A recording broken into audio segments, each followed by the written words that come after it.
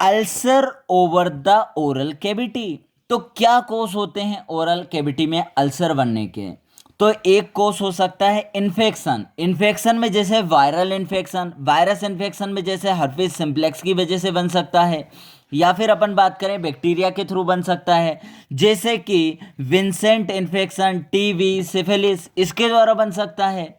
या फिर फंगल की बात की जाए तो कैंडिडा के इन्फेक्शन में अल्सर बन सकता है ओरल कैविटी में।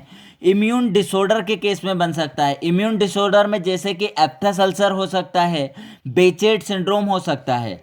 आगे ट्रोमा के केस में अल्सर बन सकता है ओरल कैविटी में, जैसे फिजिकल ट्रोमा, जैसे चिक बाइट हो गया, या फिर जैग्ड टूथ हो गया, या फिर इल फिटेड डेंचर हुआ। आगे केमिकल की वजह से भी बन सकता है, जैसे सिल्वर नाइट्रेट, फिनोल। आगे थर्मल की वजह से भी अल्सर बन सकता है ओरल कैविटी में, जैसे हॉट कोई फूड लेता है या फ्लूइड लेता है, या रिवर्स स्मोकिंग करता है, मतलब स्मोकिंग का जो जला हुआ एंड है वो माउथ के अंदर रखता है। उसके अलावा नियोप्लाज्म के केस में अल्सर बन सकता है। और स्किन डिसऑर्डर जैसे कि एरिथमा मल्टीफॉर्मिस, या फिर लाइकेन प्लेनस, या फिर बुल्लस पंपिगोइड, इन केस में स्किन डिसऑर्डर में बन सकता है। या फिर ब्लड डिसऑर्डर जैसे ल्यूकेमिया, या फिर ए ग्रेनुलोसाइटोसिस, या फिर सिकल सेल एनीमिया में अल्सर बन सकता है माउथ में।